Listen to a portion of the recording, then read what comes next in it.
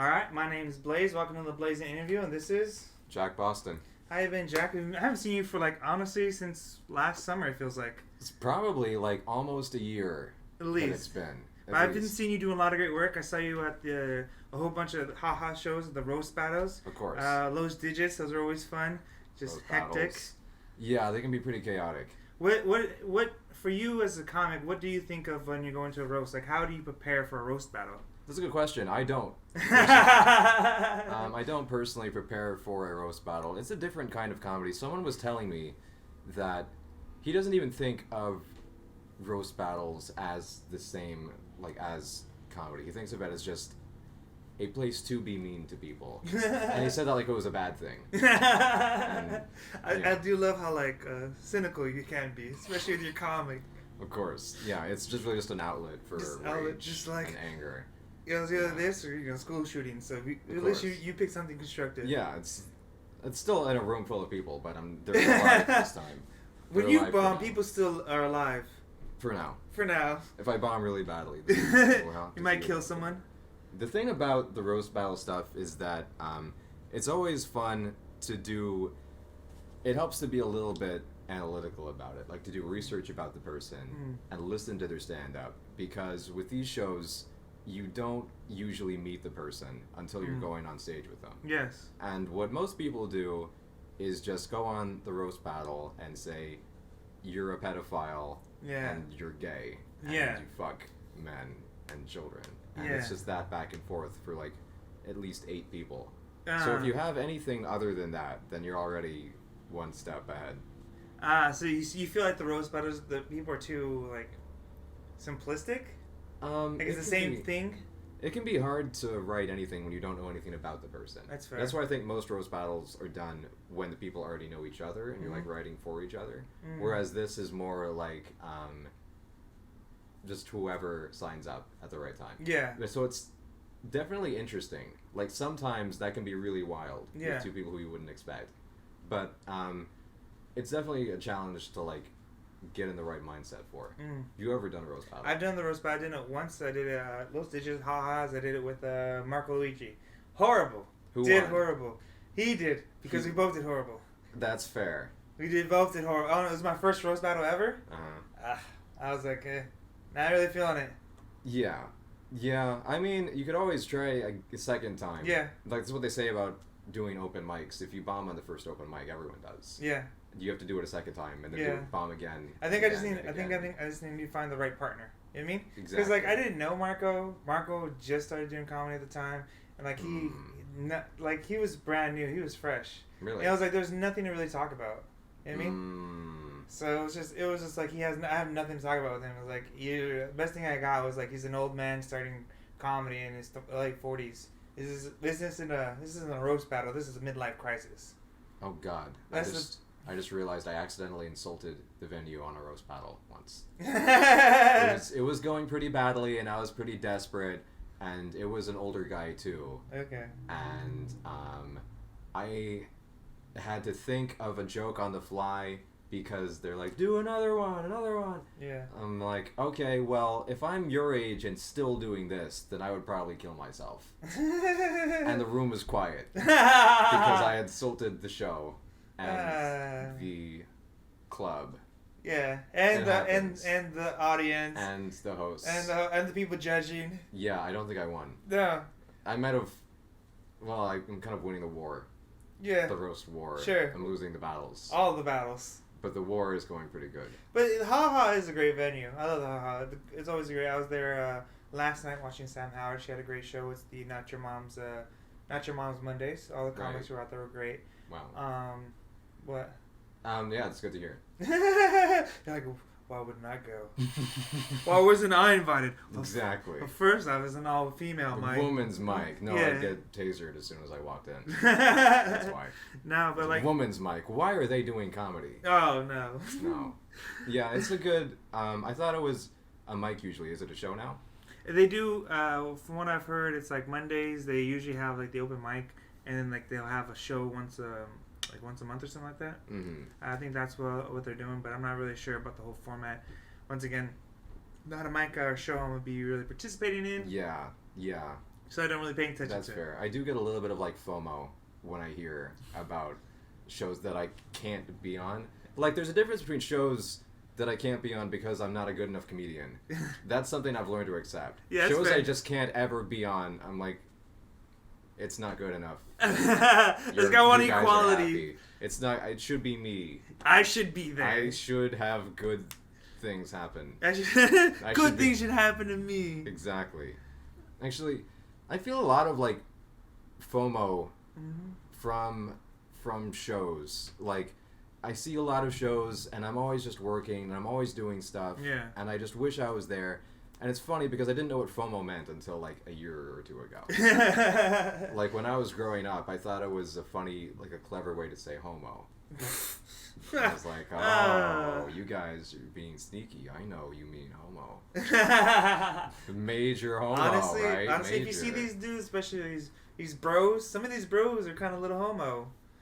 They're a little too, like, the little things they do, little sexual innuendos they always have with each other. Well, that's the bond between brothers in comedy. Bros. Yeah. All those sexual innuendos you have. We kissed after shows. Have you not been doing that? Have you not been kissing after the shows? I guess I've been the one on the FOMO. It's like the saying: you break a leg and then you go backstage and you kiss it out. I didn't know that. Oh, sorry. I guess I'm not cool enough. Yeah, I probably wasn't supposed to have mentioned. Yeah. Well, I know how it feels to not be cool enough to be told things. Yeah. I admit that. This is a story I'm actually not supposed to tell. So do you want to hear about it? Yes. Should it be on the internet, on tape? Yes, for everyone to record. For everyone to hear. The internet is forever. This remember, back in 20 years when they do your 20s for 20s. Yeah. They're going to pull up this clip right here. Actually, this is what I get canceled over. Yeah, in 20 years. I like barely have a career, and then someone finds this. You get on SNL. And they're like, wait a second. And then I'm trending on Twitter. Which is going to come back into this later because I met someone. I work in a bar, and I meet a regular at this bar. He's a really cool guy, and we're just waiting in line for the bathroom when we're talking. And he tells me what he does in LA. And the thing that he does is so like weird and funny and specific that you would know instantly who I'm talking about. Maybe not you personally, but people would know instantly who this is. Okay. If I said what he does. And I'm like, that's really funny. That's really cool that you do that, because I never heard of him. And he's like, hey, yeah, we're getting along. He's like, hey, you want to come do drugs in the bathroom with me? I'm like, of course. Of course. I would love to. So you're just sitting there fucking doing coke? In the bathroom, yeah. And then it's just a weird story. So I pull out my phone, and I go on Twitter, and I'm like, guess who I just did drugs in the bathroom with? Did you really? I did. Oh, snap. I didn't say his name, because I'm not that stupid. But I said what he does, and that's the funny part of the tweet is that he's the least likely person to be doing drugs in a bathroom. He's like very I feel like you're gonna say he's a preschool teacher. He was famous. He's famous for doing this. Okay. He has many, like, hundreds of thousands of fans for what he does. Okay. But what he does is very hilarious at PG. He's not who you'd expect to be hanging out with me. Pee Wee Herman. Close. People expect that, actually. No, that wouldn't be surprising at all. Especially since you got caught masturbating in the sex. Exactly, yeah. No one would be surprised if I said, yes, who I was just in the bathroom with, having gay sex with Pee Wee Herman. No, but I posted this on Twitter, and I'm like, this isn't going to reach anyone outside of my 20 followers on Twitter. Like, no one's going to know who I'm talking about. And then I wake up the next morning, and I have 10,000 likes on Twitter. What? Over 10,000 likes on Twitter. Did you delete it? Several people in my mentions saying, you're talking about this specific guy, right? And I'm like, no, I didn't say his name. And they're like, there's no one else this could be. I feel like since you already said it, it's already 10,000 people who already seen it. Well, yeah, but then it got viral enough that it got back to the guy. He sees it on his timeline and recognizes my face in the profile picture, and he DMs me saying, please delete this. Why would you post that? Oh. I know. Yeah, and I was like, I'm really, really sorry. I apologized a lot. I was like, I just wanted Twitter likes. Wow. I just wanted likes, and a hot girl followed me. Wow. At least one girl followed me, and that's pretty much the only good thing that can happen in my life at this point. Wow. Is hot girls follow me. But that's interesting. They're like, but I mean, all you have to say is, "I was a joke. I was playing." Like, why would I say that? I mean, so you deleted the message, right? I deleted the thing. Did he block you? No, but he is a regular at my bar. Still? So I'm gonna have to see him a lot. And the people who work at my bar also saw my tweet because it went viral, and they're all giving me shit for being an idiot. Yeah. But you know what's even funnier and stupider is if they read that and they thought about it for more than 2 seconds, they would realize you were on the job high. That's true. No one's connected those dots yet. That you were high on the job. I literally put that together for 2 seconds because I was like, wait a minute, you were at work, your boss didn't think about this, you still have a job. Well, if people were doing detective work, it was to figure out who the other guy was. So maybe the fact that I was high as shit at work slipped under the radar to everyone so far. Yeah. And we're just gonna not mention that to anyone. Besides anyone, nobody tell. Nobody tell. Shh, don't tell anyone about this podcast. Don't tell anyone about this podcast. This is a secret. That's interesting though. Like, or besides this one famous person that you knew that you met, has there been other incidents like that where you sabotaged someone's career almost? Oh, so many. So many. How many percent? This is like the 5th time this has happened. Like you're out here like Amy Schumer's next. Of course. No, I mean, I was just saying last night that the only thing I'm learning how to do in LA is build bridges and then burn them faster and faster. In the span of 12 hours, I made a new friend, I alienated this friend from my life, and I almost destroyed a career in the process. Wow. Like, normally that takes a couple months. I mean, years. Well, it took months for me the previous time.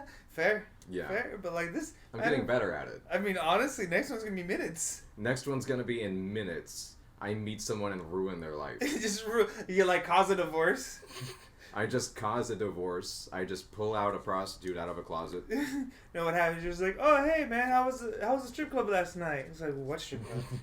The gay strip club, the Jumbos. The Blue Clam. Blue Clam is the gay one? It's you ever seen Police Academy? Oh wait, no, I haven't seen Police Academy. Damn, never mind then. Never mind. It's a running joke in the Police Academy movies where they have a blue. Oh, it's the Blue Oyster. The Blue Oyster. Oh, that's funny. The Blue Oyster. That's what it was. I get it. It's a good. No, but you're originally from Orange County, so did you start doing comedy in Orange County? Or did you move to LA and then comedy? Neither. I was born in Orange County. Okay. And then when I was 4 years old, I left, and then I spent my whole life traveling everywhere, most of America and parts of like other countries. And military family? No, just a weird family, just fucking weirdos. What does that even mean? What is it? Yeah. What do your parents used to do? What do they used to do? Or what do they still do? What are they doing? My mom's a lawyer, and I feel like I get a lot of my mannerisms from that. I could get that. I could see that. You're very tempered. Sort of. More like condescending. Condescending. The condescending part is where I get that from. My dad, this is something I've talked about in my material before, but there is a true crime podcast about my dad. Oh, I remember you telling me about it. Yes. That's right. He, if anybody knows, if you know Better Call Saul. Yes. Yeah, he's basically that guy, but not as cool. So your parents were traveling lawyers? My mom was a lawyer. My dad was a criminal. Okay. So it's a classic love story. Yeah. Kind of. The classic love story. Just classic. Was your star-crossed ships. Was your mother work for your dad? Defending him? Yeah. That would be so funny if that was true. Maybe that is the truth. They just don't want to tell me that she just fell in love with her client. He's like, I totally believe that he didn't do it. I absolutely believe. He's like triple homicide. No, he wouldn't do I can fix him, actually. You could fix him? I can fix him. I can fix him. You sound like every ex-girlfriend I've had. Of course. Fix him. I can fix him. How could you fix your father? No, it's my mother saying that. Oh, that's your mother saying that. Yeah, I wonder if I could fix my father. She's trying to get a fly. Why? Do you feed her? Yeah, feed her. Give her, like, food? Yeah, give her food. But, you know, she wants to... I don't know. Did she get the fly? I think she got the fly. No, it's still there. Is it alive? It's alive. You see it? Yeah. She's just picking it up and putting it down. Oh, that's impressive. She caught it. Yeah, but she's just torturing it now. And? I mean, she's playing with it. That's torture. And? No. I thought cats did this. I've never seen a dog do this. She's a junkyard dog. Is that true? Yes. Why was she at a junkyard? She was born on the junkyard. Oh. So my parents have a... I thought she was like the guard dog. Mm-hmm. Oh. Yeah. She was, but she's retired now. She's 4. So when she was born in my parents' shop. And so my mom... The reason she was born there because her mom and the father of her waddled onto the property. And the only reason my parents didn't get rid of it is because they found out that the mother was pregnant. Mm-hmm. So they kept the dog, and they only had two dogs, Lucy, and then the other one that my parents gave away. Mm. And so there for a while, both of the dogs were just living at the shop for 2 years. Wow. So yeah, she spent her whole youth Such just a vicious junkyard dog. yeah. She's so mean. Well, she didn't attack you, so you should feel yourself lucky. She could though. She killed a fly. She killed a fly. Impressive. Am I next? You might be. I mean, you're almost as small as one. Yeah. I'm using her as a pillow, and maybe that's making her mad. I don't know. No, she's We'll fine. see what happens. With So this. so you traveled all over the world, and then That's right. then how did your parents support you? How do they didn't. What kind of education did you have? I didn't get one. What do you mean? I didn't go to high school. I dropped out of high school. So do you have No, I don't even have a GED. You don't even got GED? I do comedy and I work in a bar. When have I ever needed a GED? I mean, what? I don't That's plan impressive. on needing a GED. That's impressive. My first priority was getting out of my house alive. So how long have you been living in Los Angeles then? Well, I left home when I was about 16, and then I was in Boston for a while, and then I was somewhere else. But that sounds like when the drugs take over. Yeah, with the drugs take over, the drinking, the years and years lost to old whiskey. I was like 18 when I came out to LA, and I'm 23 now. Okay. So it was in 5 years. Almost 5, and I started living in Santa Monica, and I was doing part-time work as like a legal assistant.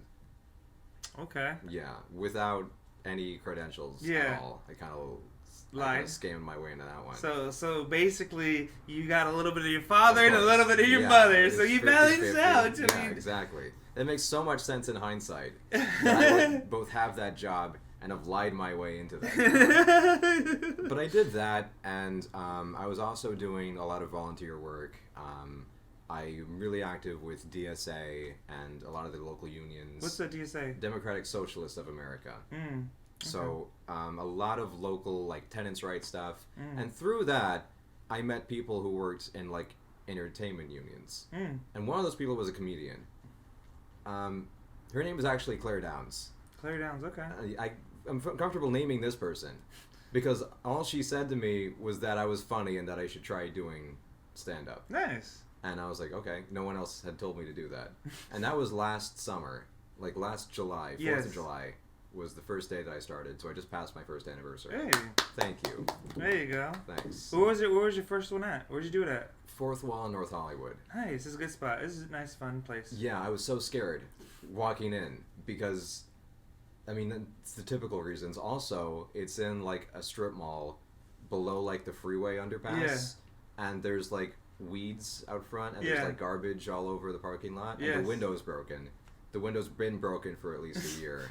It's a smashed window, I think from the riots 2 years ago. Yeah. Yeah. And it's blacked out and there's no sign. Yeah. So I was pretty sure I was gonna get raped. But I was down. Which part? I was down for anything. All right. I mean, feel that. Yeah, I mean, this is the risk you take when you do comedy. That is true. Any club you go into.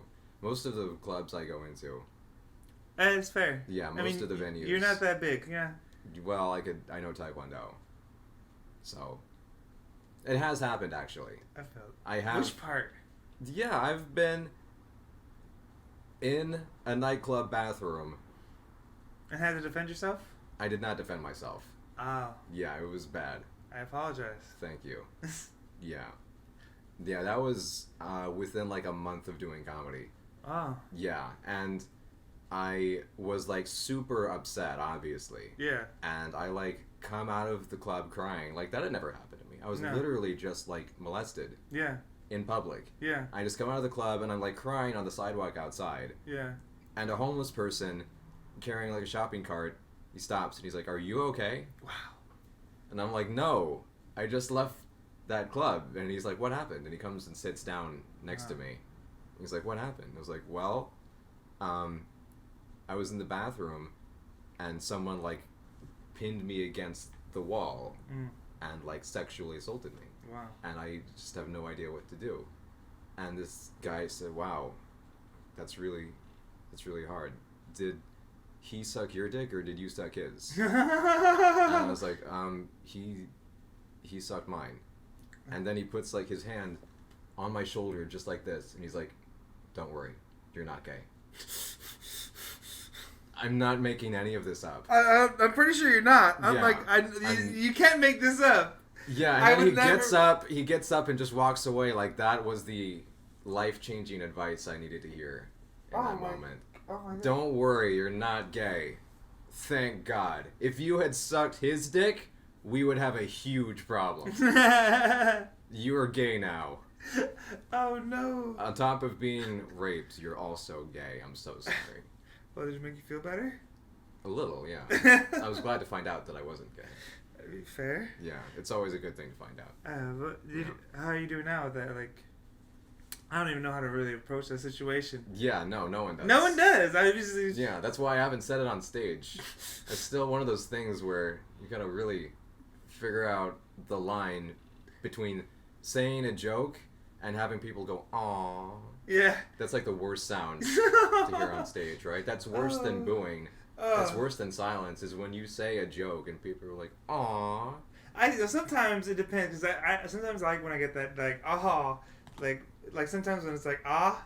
Right. Because there's a difference between like the low pitch, like the "ah," and then the the high "ah." No, the low one's pity. Pity, that's the one. Pity is the last thing that you want when you're doing stand-up. What about oohs? Ooh. That's kind of validating. Validating. Like, ouch, that hurts. Oh, when you're not expecting it.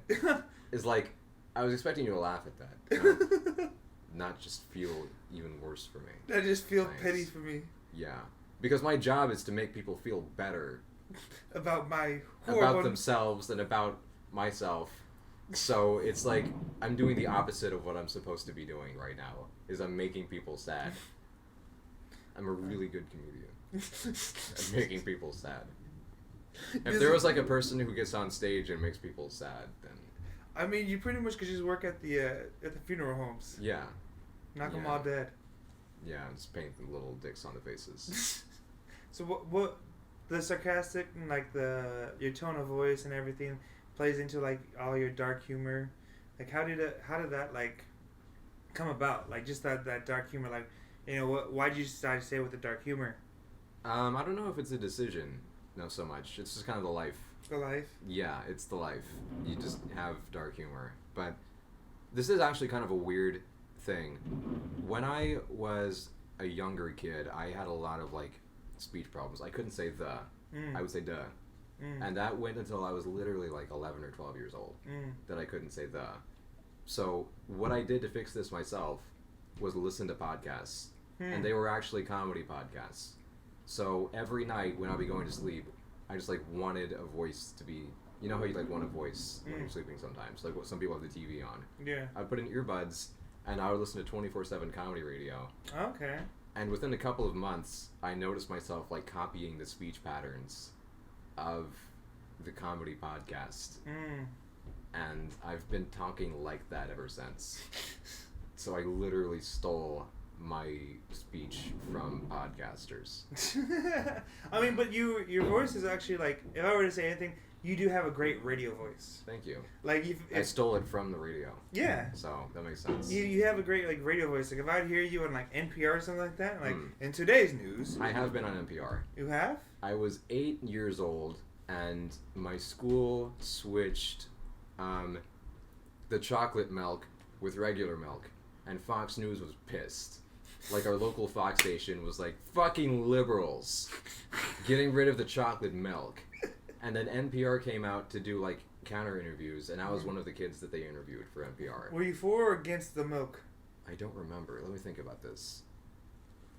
If I had to guess, I probably would have tried to just be in the middle and not pick a side, because I'm really bad at picking sides. I would have just tried to ride the fence. Like, especially as a little kid. Yeah, no, even more so now. It's very an NPR answer of me to be like, well, there's both good sides and bad sides here. There's good people on both of the situations, and who can really say if chocolate milk is bad for you or not? That's fair. Yeah. That's fair. I mean, I'm lactose intolerant, so either milk's bad for me. So I'll be like, it doesn't matter to me. I don't have an opinion on the facts. I'd be a horrible person to interview for that. Why is everyone lactose intolerant now? It's been a thing. Well, most people in the world are lactose intolerant. The only people who are not lactose intolerant is mainly like European, especially like Northern Western Europeans. The reason why is because the rest of the world, it's not as cold as up there, so it freezes and all the snows. Right. Whereas, so they had to find another form of food, form of protein. So milk was another form of protein that they used. Whereas like Asia, they don't really have milk products. Japan, the Americas, they don't have many milk products really. Most of the milk products came after the Europeans came. They brought their milkers. They brought their milkers, the big old cows. Big not old their wives, milkers. but the cows. Oh, not their wives. I know. I think I have a lot of friends who are lactose intolerant, and they try to get me on, oat milk and almond milk. And I tried drinking a coffee like this. I was like, I'm going to try oat milk instead. And I got so sick from the oat milk. Is there such a thing as like an inverse? You might be allergic to. You might be allergic to nuts. To nuts? Yeah, it's possible. I doubt it. Do you eat nuts? Do you like salted Not really. nuts? No, I'm not gay. What about peanut butter and jelly? No. Wait, am I allergic to nuts? I don't know. You might be. I avoid them because of some reason. Maybe because they make me sick. Are you sure you're not allergic to nuts? We just might discover that you have a nut allergy. You're a good therapist, dude. You're uncovering all this trauma from my past that I'm allergic to nuts. You're allergic to nuts? Yeah. I don't even know how I'm doing this. We're just figuring this out. Yeah. I guess I can't drink almond milk or oat milk now. I guess those are the things I'm intolerant to. I guess you're an anti-liberal. Really, yeah, I'm an anti-liberal. I'm also allergic to allergy medication. That's oxymoron. I know. It's another one of those things. It's the exact same, right? I try taking allergy medication, and I just get I start throwing up all over the place. Wow. Yeah. Was there anything else that's wrong with you? I feel like we're about to have your medical file right now. Yeah. So much just like... That's most of my stand-up, really. If you listen to more of my stand-up, like I said, I haven't seen you in like a year. A year, yeah. God. I still think about the stuff you talk about in the first few weeks of starting comedy versus like a year later. Like, what did you talk about when you first started? Funny enough, I started comedy in 2016, 17, and one of my first jokes was a vaccine joke. And then I used to talk about... You're timeless. Yeah. Well, it was funny because it was about the cootie shot. The what? Cootie shot. You never heard of the cootie shot? What is that? Circle, circle, dot, dot. Now you got the cootie shot. Oh, shit. Yeah. Whoa. Yeah, it was way back there, right? Way back there. That never happened to me. So my joke, my cootie shot joke is, I always say this, like, I believe in vaccines. I'm not anti. I was even back then there's anti-vaxxers. So I was making a joke about anti-vaxxers. I was talking about like I was holding my niece, and seeing her, she was only a month old. Her first time in my hands, Looked at her. She was beautiful. She was gorgeous. I grabbed her left arm, and I said, "Circle, circle, dot, dot. Now you got the cootie shot." Oh. I got the cooties in 3rd grade. I didn't get another bitch to high school. That's funny. So that's my cootie joke. That was like one of my first ones. Anti-vax joke. Anti-vax joke. Yeah. That just reminded me, just a few days ago, there is a new booker who I love and who I've been working with a lot. And I've done like a lot of his shows. Another person who I'm probably not going to name because I love this guy. And you don't want to talk shit about him? I don't want to talk shit about him, but I've been hanging out with him all the time and like doing shows with him and drinking with him. And then I see something on Instagram about like some conspiracy theory stuff. And he's like, I knew I was right to not get the vaccine. And I was like, oh, shit. We've been fucking kissing and shit. do I have monkeypox too now? I don't know. No. Shit. It's just weird to find that out. It's usually like the first thing you learn about someone. Really? You think so? Because they're like, I can't go in there. I can't come in with you because I'm not vaccinated. It's like being the same as under 21. Like, I can't do that. I get that now. I get that. Yeah, it's a fair point. And I've known this guy for like at least a month. And now it's like, oh, okay. That's fair. It changes your whole thing about him? It doesn't change my opinion about him. It makes me concerned for my own safety. Really? Not really, but now I'm like, do I have COVID right now? But you're vaccinated and boosted. I mean, shouldn't you feel... Well, it doesn't matter because the vaccine doesn't work. It doesn't matter at all if I'm vaccinated and boosted. The vaccine does nothing. I mean, so what am I doing hanging out with this unvaccinated guy? Why am I hanging out with these unvaccinated people? They could get me sick. They could get me sick. Well, if it doesn't matter whether you're vaccinated or not vaccinated, then why does it matter? Elitism. Elitism? Yeah, I get to say that I did it. Wow, you know what you remind me of? You remind me of Fairly Odd Parents when Timmy Turner turns everyone to gray globs, and the dentist family still tries to make it all about them because they have they're the grayest and the blobbiest of all the grays and globs. Is that me? Right now, yeah. Wow. I'm offended. I'm not sure why. I'm not really sure why I'm offended. You should be. You should be. It was to mark offense. It was to mark offense. I have offended you, so.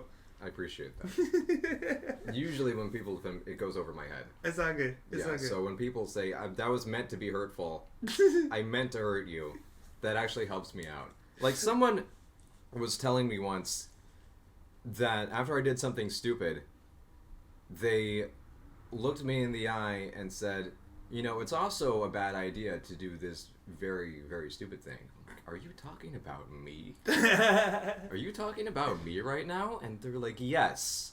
Who else would I be talking about? I'm like, I don't know. I thought it was one of those weird coincidences. It's like, are you coincidentally mentioning that I threw up in my car and left it for a week? Oh, no.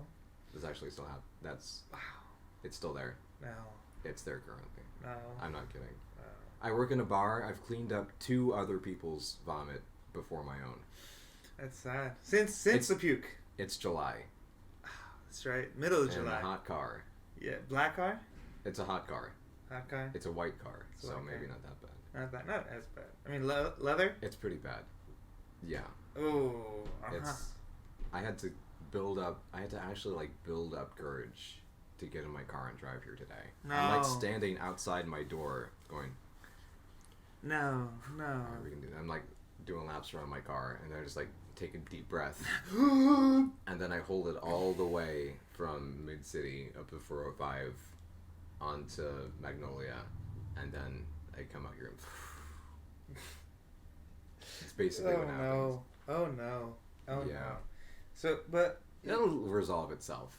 Will it? We'll see. I'm going with the flow. I mean, we're just feeling the vibe. I'm a very go with the flow person. It's hard to bring another person into the vehicle. So it's really. Well, when was the last time I had anyone in my vehicle? I don't know. I don't know your life. Yeah. I don't know the kind of life that Jack Boston lives. I don't know if he's picking at floozies on the side of the road. They wouldn't mind the vomit. They wouldn't mind. They've actually said they prefer it. Yeah, they prefer it. So how did your life it's interesting that you said you lived so many places, did so many things and then eventually come into comedy. That's just how did it, like, besides the funny, like, how did you just felt like it was just your calling or something? Well, someone told me to do comedy. Yeah. That woman told me to do comedy. Claire. And I like was thinking about it. It wasn't like this black and white, like, oh my god, I'm gonna do it. I just like had it in the back of my mind because someone else told me. I used to go to comedy clubs all the time. Like, as a teenager, that was like one of the only places where I would actually have fun. Nice. And it was like one of the only things I enjoyed.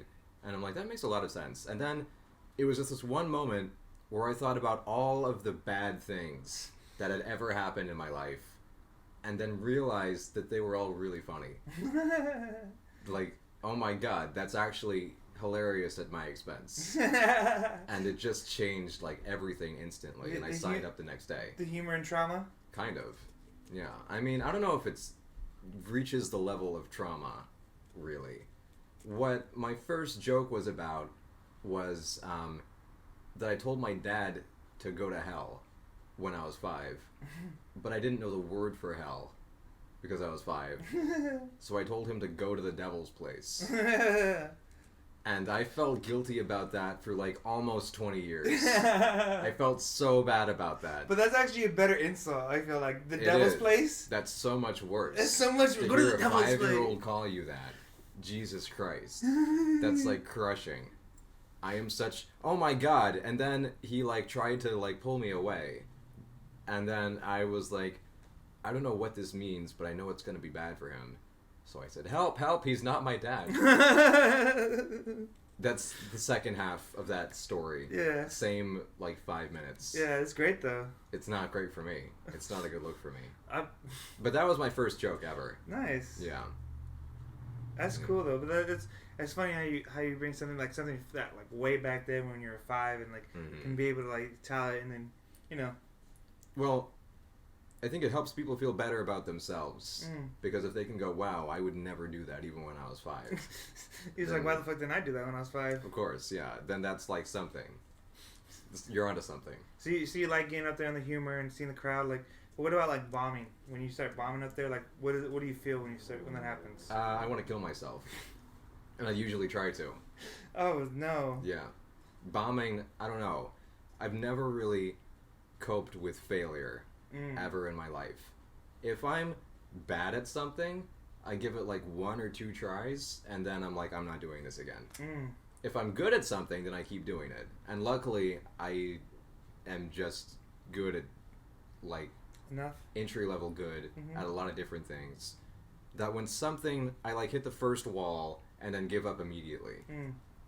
But bombing is one of those things where it's like, I'm not really sure how to cope with this, right? Because it gets in your head, right? Yeah. How do you feel about it? It's one of those things. It's I kind of think it's funny when I bomb. It's like I see it when I'm up there. I start sweating. I feel it. You know what I mean? I'm looking around. The crowd's like I start losing the crowd. They start like looking away from me. It's like you're a pariah almost. Yeah. And it's kind of like I kind of want to get good enough at bombing. That like I can pull myself out of the bomb. Yeah. Because you've seen that with a lot of comics. I've seen that. You're like, I want to try and like when I'm bombing, but it's a hard thing to do. It's a craft. I mean. It is definitely. And I've been trying, but I'm just not good enough yet. I managed once to pull a show back from a bomb. It wasn't mine, but the whole show up to then had been like really quiet, and everyone's really like tapped out. Yeah. And so, I'm like. Immediately, I lowered my expectations to nothing. And that got rid of, like, all the stress. Yeah. And I just went out there, and I pointed out how awkward and uncomfortable it was. And then people started laughing. Yeah. And I told everyone, just get closer. And then they did. And I'm like, okay, I got a doobie in my back pocket. We're going to do a circle. And we're going to be best friends for the rest of our lives. And then I was in, like, the middle of the show. The second half of the show went well. Nice. Yeah, this is the one time I was able to pull that off. Nice. There you go. But it's hard to do that, though. It's a skill. Yeah, it is. Because I remember I had one comic on, Phil, on. He was talking about he bombed one time because he was talking at the crowd, not to the crowd. I've seen that happen so many times. I mean, it's such an easy pitfall to fall into. Because sometimes I feel like I fall in the mode when I'm bombing. I feel like I'm just going to stick to my script. Yeah. Because there's two things you can do. You either stick to your script, or you say fuck the script and you try and like do what I was try and freestyle it. Yeah, freestyle. Well, when you're bombing, do you just stick to the script or you try and freestyle? I never stick to the script if I'm bombing. Yeah, because that's never gone well. Yeah. Usually, I usually freestyle anyway, especially if I walk into a place, and even on open mics where it seems like people aren't really like there for the jokes. Yeah. Sometimes you just read the vibe of a room, and you're like, okay, I'm not gonna do wordplay about like rhyming shit right now. No one's gonna listen to me if I do that. So sometimes it's better to just go in and like sit down on a level with everyone else and just have like a conversation. Just like engage people one-on-one with like, it's basically a round table conversation at this point. And that's just another way of pulling people in a way, is that you ask them for advice. What do you think I should do about this?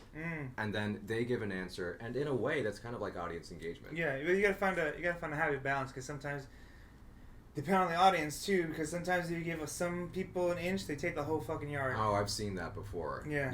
I was at a real comedian show with like 500 people. Nice. And he like picks on one guy in the audience about what he does, and the guy spends like 15 minutes talking about his craft brewing, with like the specific types of grapes that he uses and like the specific places he gets his yeast from. And then anytime there would be like a moment of silence, he like, I have more stuff about my brewing. And it was just like, oh my god. No. But the comedian kept like giving him chances to see if it would maybe go somewhere. And it definitely didn't. Yeah, so I mean, it depends. Some people just take whatever attention you give them. He might have been just like at that stage of like, at the tour, been like, I'm just going to see what happens. I'm kind of bored. Let's have fun. Fuck this. Yeah. Basically, I want to reach that level where I can be like, fuck this fucking place. Fuck these hundreds of people who came to see me. Fuck them. I'm just gonna go up. Who gives a shit? I'm gonna talk to this dude. Who gives a fuck? I mean, it's like, you might as well just give a homeless man some time. Yeah. What is your favorite type of mics that you've been doing? Favorite type of mics? Yeah. The best ones are the ones where it's clearly illegal. Where they're not supposed to be there. Like where? I'm not naming places. Oh, okay, you're not a snitch. So like some of the park ones and the beach ones? No, the house party ones. That's not illegal. Well, like an after hours venue where like there are just bottles of liquor for you to take. Yeah. And like it's what's it called? Honor code. You just pour yourself liquor, and people are smoking cigarettes indoors. Oh no. It's awesome. What do you mean? Oh no. I'm not a cigarette smoker. Oh. I don't like this. It's too thick. It's too thick. It's about the appearance more than anything. I feel that. It's like very 1950s to see people smoking inside again. But those like house party ones, I don't do the best on those, but they're my favorite to be in. I feel that. I feel that. But like, so you're more like the places where it's more like a kickback kind of mic. Yeah. Okay, just that's chilling. cool. Just very laid back. I'm a very like laid back, no fucking rules person. So it makes sense that that's where I'd feel comfortable. Even though you're like very like. What I hate the most, my least favorite types, are the mainstream clubs. I will name flappers. I hate flappers. Why? Because it's the opposite of everything I just said. It's very rules focused and very professional and very like mainstream, and everyone's trying to get seen by the right person. And the material is just like tailored to what you think would get you on Netflix, basically. As opposed to like, hey, I'm just gonna come up and talk about my life. I'm gonna say something funny. This feels so specifically like it's for one audience member, and it's the studio executive in the back. The thing I hate most about those mainstream, especially the ones like flappers, is that they're bringer shows. Yes, exactly. I hate bringer shows. Is like, I get it. Like, you want me to make money for you, but at the same time, you know, a lot of the comics, they don't have enough people. Of course. And that's just how it is. Yeah. Most people don't have enough people. I mean, it's hard, especially with now with the recession. Yeah. The recession is why I don't have any friends. That too. Cough, cough. Yeah, the recession just ruined... fucking the recession took all my social life and friends away. Pretty much. Yeah. Did you have one before? Well, no, but I would have. If it weren't for the recession, I would have so many women right now. Women right now. You know what I would have some. What? You know why they call them women? Why? Because when Adam saw Eve, he said, "Oh man." Oh man. Oh man. That's so true. I get that. No, I get what you're saying because like I'm very hesitant to do any of the auditions for any of those shows because they're bringers. The auditions are bringers. Auditions are bringers too? No, I don't think they are. They're not. Oh, the shows are bringers. Oh, the show. That's why I'm hesitant to do the auditions for the shows. Because first off, they give you 3 minutes. They give you 3 minutes. What are you supposed to do in 3 minutes? And then they're like, all right, now that you gave you 3 minutes, you got to do 5. That doesn't make... Okay, yeah. That's so stupid. Also, it feels like a more productive use of your time to just be doing shows with other people, like at your level. Like, hey, I'm hosting a show. Do you want to help out? Do you want to do videography? Like, hey, I'm doing a skit. Do you want to help? Do you want to be in the skit? Do you want to write for the skit? Similar to like when you're playing video games, you fight bosses in your you fight level. Them in your level. Yeah, and then you level up. Yeah. Yeah, like if I were somehow on the main stage at Flappers right now, what am I expecting to happen? Am I expecting one person to be like, I like him, I'm gonna do something for him, I'm gonna give him a Netflix special? I don't think that's ever happened.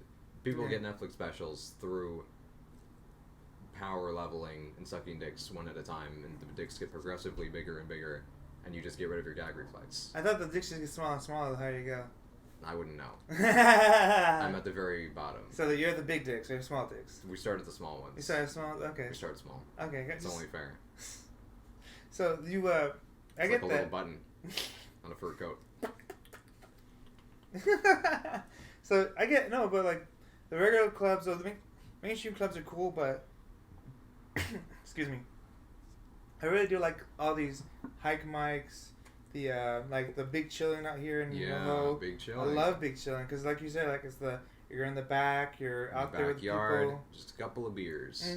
Just chilling. You smoke a little bit back there. I love little places like that. I mean, that's what I love. Partly the reason I love about COVID, honestly, because before COVID, a lot of these clubs are all just clubs. You know what I mean? All the bars and stuff. But now, I feel like it's opened the mind of a lot of people. That's true. We can do this. We can go here. We can do it at the park. We can do it at the beach. Yeah, it's definitely like with even more social media too. Like if you have followers on social media, you have the same reach as any of these other places. Yes. If you get enough people to just be interested in your stuff, you can absolutely start a show somewhere. Yeah, it's not that hard. Honestly, it's not that hard to really do a show. I would say the hardest thing to do something is to think of it. Exactly. Once you start doing it, that's when it gets easy. Because you just got to do it. Like being a comic, thinking about being a comic, thinking about like the shit you're gonna say. That shit's hard. It is. Going up there and doing it, that's the easy part. And I was talking to one of my other guests. His name is Brian. Brian Ross. He said comedy's he got this from Seinfeld. It was like, comedy's one of the only art forms where you're growing yourself on your value. It's a crawl. You're starting at the bottom and people see your work at the top to get to the mountaintop. Whereas other crafts like being a musician, being an artist, being a filmmaker, you go to the mountaintop and then you come back down the mountaintop and give it to people. You know what I mean? Really? Whereas we're starting at the bottom of the mountain and we're climbing and climbing, and we have to climb with our audience. You know what I mean? I don't know if I'm climbing, but that's a good metaphor. It's good. Well, we're still. I'm Sisyphus. Sisyphus. He's pushing the boulder up the mountain, and then he just falls down over and over. Yes. And I feel bad about that sometimes because there's a lot of people in the LA scene who I really like, but they saw me when I was first starting. Yeah. And I was just I was dog shit. Yeah, you're good though. You have a lot of good shit though. I remember like your cadence is good, your timing's good, and things like the things that you're saying, like the way you're connecting with the crowd is really well. I've always seen that your crowd work is always great. Even when you're bombing, it was fun. Thank you. But it is the thing someone else said about comedy, which is that the city you start in will always see you as an open micer. Like you'll never get respect in the place where you start because they have just seen you. Their first impression of you was at your lowest. Well, I mean, it's also like when you have a kid, when your nephews or your cousins, you see them, they grow up, they're all this, but at the end of the day, it's still like, oh, you're still a little pork belly. Yeah. You know what I mean? My little piece of shit nephew. Yeah, so stuff like that. Yeah, I do feel that kind of condescending love. I feel that. I love it though, but like you started. Where was your first set at? My first open mic was at Fourth Wall. And then where did you like start going out? Like It was with. Let me think. I'm pretty sure it would have been with Young Baka. Oh, you were in the Young Baka. Oh, that's right. I think Young Baka was the first real. Those were the first real shows that I did. Mm-hmm. And those are in like bars without names and signs. Some of them were like in Inglewood. That Inglewood one. Yeah. That Inglewood one was fun. I was talking about Bach with that one. Yeah, wasn't someone arrested outside? Dude, you know what's funny is right in front of the police station. Yeah. I didn't even know that until you told me on the show. But it was it's funny because like that show, I even said on that show, I was worried I was gonna get jumped. I was like, where the fuck am I? The Baka shows are always great. I mean, like Pasadena comedy was great. Yeah, I did get arrested outside of a Baka show once. Oh wait, I think I remember that. Yeah, you remember that? Which show was that at? I don't remember. It was somewhere near Melrose-ish. It was like in the Melrose area, and then me and a couple of the other comedians on the show went out afterwards to go get like late night food. Mm-hmm. And then it was like 3 a.m. and we see like this hit and run happen right outside the restaurant. And like he hits a pedestrian and he crashes through like a wall and he like totals the car. And I like run up there and I like see the guy run right past me. Mm-hmm. And I'm like the only one who sees this. Yes. And then I turn around and 2 of the other comedians are running away. Instantly, at any loud noise, they just run away like cockroaches. From trouble, like little cockroaches. They scurry away into the darkness. And you were trying to be a good Samaritan? I was trying to help out. One other comedian stayed for a little while to help out, to like make sure the guy who got hit was alive, first of all. Yeah. And he was, so I'm like just sitting down talking with him. Are you guys friends now? I wish, but what happened next was that the other comedian gave it like 5 minutes. And he's like, okay, we're good here. I'm like, well, I'm just going to stay with him and make sure he's okay. Yeah. So I stay there with him, and we wait like 2 or 3 hours for the cops to show up so I can give the description of the suspect. No paramedics? I think a paramedic came pretty quickly, and then they left, and we waited like 2 or 3 hours for the cops. Okay. So the paramedics did come. And then the cops come, and it's like 3 full cars full of cops, and like 12 guys get out with their fucking guns and pointed at us, get the fuck against the wall! Get the fuck up against the... I'm like, no. He's the victim. I'm a witness. They're like, shut the fuck up, get against the wall. They push me against the wall, and they cuff me with my hands behind my back. And I'm like, I'm white. This is going to be fine. They're totally going to clear this up. I wasn't worried at all. This should tell you how many like experiences with police I've had where I'm just not even nervous. I'm like, they'll figure this out. I'm white. I drive a nice car. You know, they'll hear me talk. If they hear my voice for long enough, they'll be like, you're okay. You're cool. You're okay. But then they just like cuffed us and they checked out. They like stood around the accident scene for like half an hour, and then they came back and uncuffed us, and they're like, oh, they didn't say sorry. Actually, they didn't say sorry. Of course not. What they said was, oh, we pulled up and some guys pointed at you, so we thought you did it. I was like, you're right. Yeah, that makes sense. It was like, Jesus Christ. It was like 5 a.m, just arrested against a wall for trying to be a good person. First and last time I'm going to do that. If it's 3 hours after the fucking situation, like, what do you think is going to happen? Like, well, I told them which way the guy went. And I'm like, do you want to at least go in that direction? And they're like, we'll see. These people turn up. You know, these people turn up. And then I gave them a description, and then I just never heard back. Well, they didn't even walk in the direction where he went. They arrested me and the other guy, and they're like, we solved the crime. We made an arrest, so this is all we can do. What about the car? The car is still in the fucking wall. The car is still in the wall, and it remained there as of when I left. It could still be there to this day. For all we know, the wall is still... For all we know, the car is still there. Oh, the car was also covered in, like, dicks. Drawings of dicks all over the windshield. Which I assume is part of why it crashed. What the fuck? I don't know. Like, I wish I had heard back from them so they could explain to me, like, oh, yeah, it was a bachelorette party gone wrong or something. It was a dude, though, right? It was a dude driving the car. And it was just covered in, like, dicks. And I just plows through a guy on a scooter. So I'm immediately, like, I need to know the resolution to the story. That's why I say until 5 in the morning. I do too. But, like, what the fuck can they do? Not only that, but, like, was it, like, a handsome dude or was it not good? Like, just one person, right? No, it was one guy, yeah. It was, like, a Mexican guy in a Bape hoodie. Okay. Do you know those, like, hypebeast hoodies? Yeah. With, like, the shark on the back? Yeah. I was like, that's so distinctive. I have to tell that to the police. This one guy in a Bape hoodie driving a car with dicks on it. There's only one person in LA. I mean, they already have the car there. They figured out pretty quickly that it was stolen. It was stolen? Else. Yeah. Ah, shit. So, I could do my own detective work on this. Do you remember the license plate? Did you take any pictures? A bunch of... The other comedian took an Instagram story, like, whoa, check this shit out. And he just gets me, like, doing fucking CPR. He's like, this is so cool. I'm like, fucking help me. What are you doing? Why is this going on the IG story? What the fuck? Why are you putting stickers on this? So you're telling me this other comedian is literally possibly filming this dude possibly dying. Yeah. And I think there's a rule against that now. I think if you film someone dying, I think you can go to jail.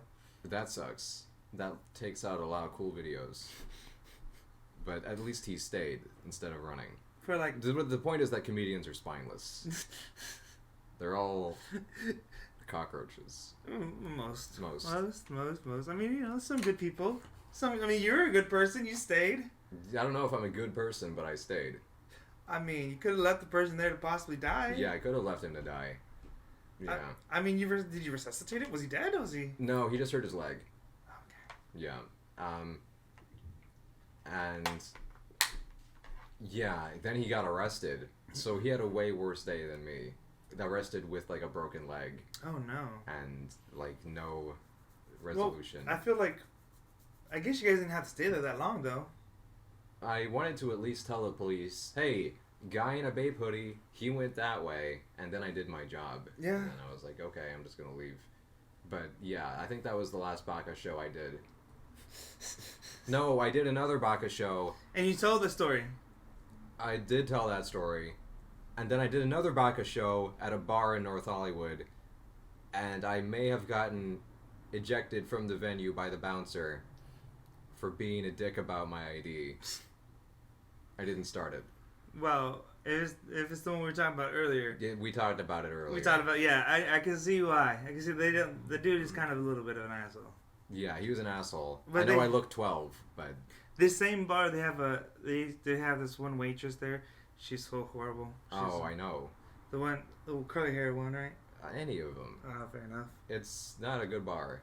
It's just I don't know what it is, man. It's not, like, we're sitting there for like 20 minutes, the only people in the bar, and she still ain't served us or asked us if we want drinks. I'm like, we're the only motherfuckers here. Yeah. Like, we want something. We're not here just to suck our own thumbs. Like, we want something to drink. I did not feel bad about getting kicked out of that place. I turned on my asshole lawyer mode.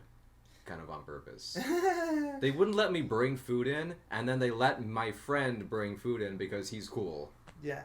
And I was like, well, that's not fair, and it escalated. And yeah, you got real wide real quick. That's another bar that I can't go back to. How many bars have you got kicked out of? At least 3. Wow, what for? I'm such a good person. Well, you might get kicked out of the one that you work at. I could. I definitely could. For being high on the job. Yeah. I'm such a good person all the time. I'm also not welcome at the Comedy Store right now, which is another thing I talk about on stage. What the fuck? There was that, you know, Bob Saget. Bob Saget? Bob Saget, yeah. He passed away in like January, and they had like a memorial show, a beautiful like memorial show with musicians, and people going in. and a girl I know knows that I'm a comedian, and she's like, "Can you get me into the Comedy Store?" And I'm like, "I absolutely can get you into the Comedy Store," which is a huge lie. I lied to her face.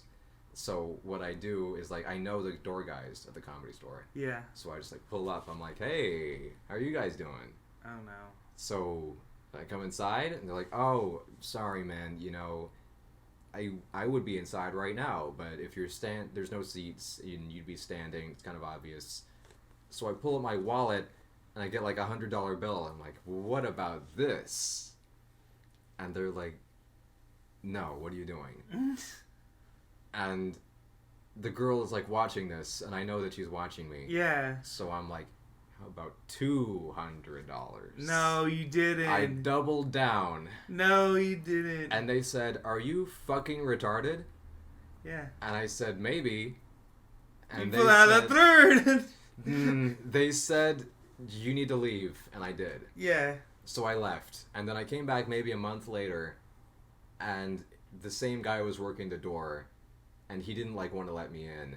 He was like, "Yeah, I need someone to, like, vouch for you that you're cool to come in." I'm like, "What does that mean?" Yeah. What does that mean, you need someone to vouch for me? And someone's coming out who I know. It seems like, "Hey, you can vouch for me, right?" He's like, "Oh, yeah, what's up, dude?" It's like, "See? No, it needs to be someone who works here." What the I'm fuck? like, "Okay, sure." So I kind of wait until he turns around. I kind of wait until he has his back turned, and I go in anyway. Because I feel like I'm in the right in this situation. Of course you do. Of course, you know, there's no restraining order in effect here. Yet. Yeah, yet. Not yet. So I go in, and I have a good time. I had to catch up with my friend. My friend, another comedian, who's like, she's 5 feet tall. And so I leave with her, too. And the same guy is working the door, and I'm trying to, like, hide behind her. Of course. As I'm leaving, and she's, like, this big, and I'm, like... Trying to make yourself even tinier. Just trying to slip past her. He's like, "Hey, no, you come back here." I turn around, I'm like, "Who, me? What? What's going on? Hey?" And he's like, "I remember your face. If I see you here again, you're banned." Oh, what? So, I'm giving it a while. Giving it a while? I'm giving it a while. Damn, bro. Yeah. Damn, what the fuck? I keep trying to think about why I keep getting in trouble with, like, no aggression, no, like, ill intent towards anyone at all. I just keep fucking up. Yeah. And I think it's just because I'm oblivious. Sure, we'll go with oblivious. What would you say?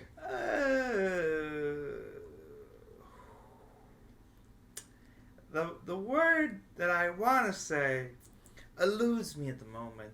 Really? Yeah.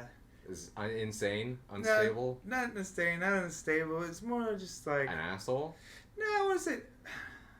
somewhere around there, but not the right area. Somewhere near the asshole. Somewhere near the asshole, but not... More like a gooch. More like a gooch. Yeah, more like a gooch. More like an inconvenience. Which direction are you... Which direction is the word in? An inconvenience? No, not that. More like just... Yeah, you might just be an asshole. Yeah. You might just be an asshole. I'm just an asshole. It's alright, Jack. It's alright. I take some... Accountability? Pride. Pride. I was going to say pride. That's a fair assessment. I mean, I'm surprised I haven't got kicked out of anywhere. We should start doing it. It's fun. It's fun. It's fun. Just to start building up my materials. I could talk shit about places. It gets adrenaline. Maybe that's the other thing. I feel that. I grew up basically constantly being on the opposing side to cops. The cops, both from my mother being a lawyer and my dad being a piece of shit criminal, cops were always just fucking with everyone. And they're like the one constant enemy. So I learned pretty quickly that I don't need to respect authority. Bouncers, cops, it's all just imaginary. I can do what I want. I feel so. You're all about defund the police, then. I'm all about defund the police. Amen. Do you? Boo-boo. Yeah, the president of the DSA. Hold on, but what happened to the girl that you tried to sneak into the comedy store? She laughed at me when they called me retarded. Yeah. And then you guys walked away? Walked away. Y'all just hang out after that, or y'all just... She's like, okay, bye? Like, what happened after that? She told other people. And, yeah. It didn't go anywhere. Is she a comic, or is she? No. No, okay, so it don't matter. Yeah, it don't matter. I don't care. I don't give a shit. It's more like people you know? Yeah, it was just someone I know. Okay. Yeah, I've definitely fucking... Well, wait. I'm thinking of the female comic I went to the Comedy Store with. This is a different one. This is a different one from that. This is different from that one. Yeah. Talking about the first girl. The one that tried to sneak into the second girl, it's really funny if you know her. Her name's Jolene Ortiz. She is like a really small girl. I might have seen her. I just don't remember her face right now. Yeah, it's like this. I think you would know her. But I'm trying to hide behind Jolene as she's like leaving. She's like the worst person to try to hide behind ever. You gotta hide behind someone like Baka size. Yeah, I gotta find a Baka to hang out with and just hide me. The next time I'm going to the Comedy Store, it's just gonna be Baka first, and I'm just like... But I'm behind, but you're gonna jump on him and pretend like you're a backpack? Yeah, he's giving me a piggyback ride. He's like, maybe I'm in like a trench coat, and I'm like inside Baka's trench coat. I'm just like in the pocket. You should just go there with like just like in the pocket of his coat. You should go there with fake glasses, a bigger nose, and some fake mustache. Yeah, I legitimately thought like, okay, I either have to shave my head or grow a beard, and then come back to the Comedy Store. I feel like it would be easier for you to shave your head. I've thought about that. But you have. I would look like Pitbull if I did. But you got a good head of hair though. I do. But your beard though. What about it? What do you mean? You know exactly what I'm about to say. No, I don't, and you don't need to say it. So I found out where Jack's weak point is. Jack got one weak point. I don't have any weak points. Oh, apparently it is. Just one about that beard. And it's just not true. I don't know what to tell you. Whatever you're about to say is just so off the mark that I'm offended. I'm just going to say, it just needs some fertilization. Did you grow it more? Yeah. I just shaved. What? I just shaved to like a 3. What was it before this? It was longer. It's on my Instagram. You know, I don't look better with a beard. I feel like I look more like a failed clone of Keanu Reeves when I have a beard. I get that. You are definitely more of a short beard kind of guy face. Yeah. More like a little bit scruff, but not too much. Exactly. Like, you know what? The goatee does work good for you. Is this a goatee? I mean, because the sides are kind of short. Yeah. I used to have an actual goatee. Like, fully nothing here, and then fully this here. And it was such a douchebag look. I had a flat cap, too. The only thing you're missing is the handlebars. Exactly. I gotta go for You can pull it off. You can pull it off. Handlebar mustache? I know someone who does mustache stuff competitively. Because there's competitions. Yes. And it's like this, and it goes out like this. It's amazing. I always want to touch it. Right. I mean, that's part of the... I mean, does he let you touch it? I'm sure he would. I've just been too shy. I mean... How do I... Just ask him. Can I touch it? Can I touch it? Yeah. Can I touch it? You can touch it. Yeah, it's alright. Put your hands on it. I'm a little scared. Yeah. What if I get rejected? What if I get rejected, dude? It's okay. No, it's not. Just sneak in a steal. Can I touch it? Yeah, I would sneak a steal. That's what I want to do. I'm just gonna a little cop a feel. Just cop a feel. I just want to cop a little feel. You should do is just walk straight up to him, look him dead in the eyes, and just go. Whoa, that's a power move. That's a power move. Yeah. Just walk up. And just like take the curl out. Yeah. Just go straight from the nostril, all the way to the end. Whoa. That's a power move. That's like an off switch for a guy. That's like on a phone. You take a screenshot. It's just going like this. It would like disable him instantly. Oh my goodness. But Jack, we've been here for a good minute. You have anything that you'd like to plug coming up, or anywhere that people can reach you? Yeah, my Instagram is restingcoolface. I have a show tonight, but I don't think anyone's gonna be able to come because it's in like a few hours. If you're listening to this and you want to be in Koreatown in a few hours, what else am I doing? I've been thinking about trying to start a show. But that's very in the early stages. Let me know. You gotta have me on. I could have you on. Well, we'll see. We'll see. Oh, what it is. Oh, I guess I'm not good enough for Jack's show. Let me explain real quick what it is. It's going to be a competition. It would be a competition show. Okay, I'm down. So it would be like 8 people paired against 2, and it's like a league, right? Okay. But the catch is that it's judged by musicians instead of comedians. Because what, non-comedians find funny is different from what comedians find funny. That's fair. Yeah. So it would be an interesting thing. We'll see if that goes anywhere. What would you name it?